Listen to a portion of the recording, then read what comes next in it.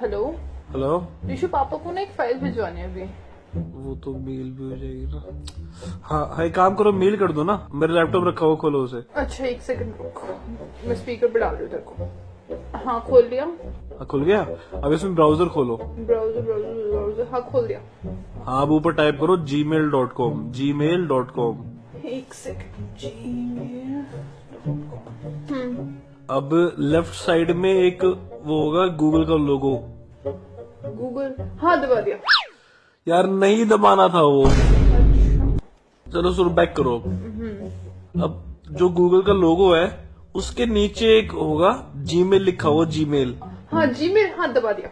अबे यार, वो भी नहीं दबाना था। जीमेल के नीचे कंपोज का बटन होगा।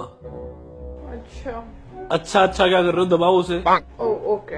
अब साइड में एक बॉक्स खुला होगा, हाँ उसमें ऊपर 2 में लिखो पापा की ID@gmail.com।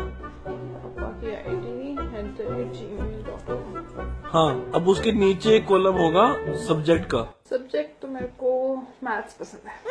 यार ये वो सब्जेक्ट नहीं है। उसमें लिखो फाइल। ऋषु ठीक है। अब नीचे बटन होगा अटैचमेंट का। हाँ, उस पर क्लिक करो और फाइल सर्च करो। फाइल ढूंढनी क्या है, ये रखी है मेरे साइड में, रखी है ये रही फाइल तो मेरे पास।